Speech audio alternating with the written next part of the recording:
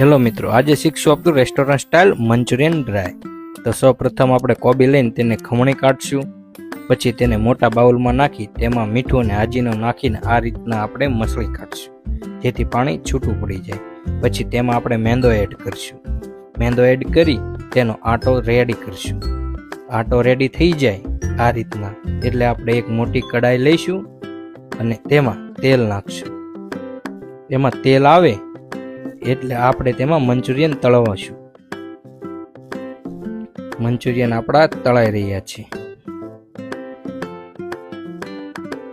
Manchurian તળાઈ જાય એટલે આ એક ફ્રાય પેન લઈને તેમાં આપણે કેપ્સિકમ, કોબી અને અનિયન નાખશું અને તેમાં પાણી એડ કરી તેમાં મીઠું, મરચું, આજીનો, રેડ ચીલી સોસ એડ કરશું. પછી તેમાં આપણે થોડો સોયા સોસ એડ કરશું. પછી આપણે ફ્રૂટ કલર એડ કરશું. પછી આપણું તૈયાર કરેલું મંચુરિયન તેમાં એડ કરશું. મંચુરિયન એડ કરી મિક્સ કરશું.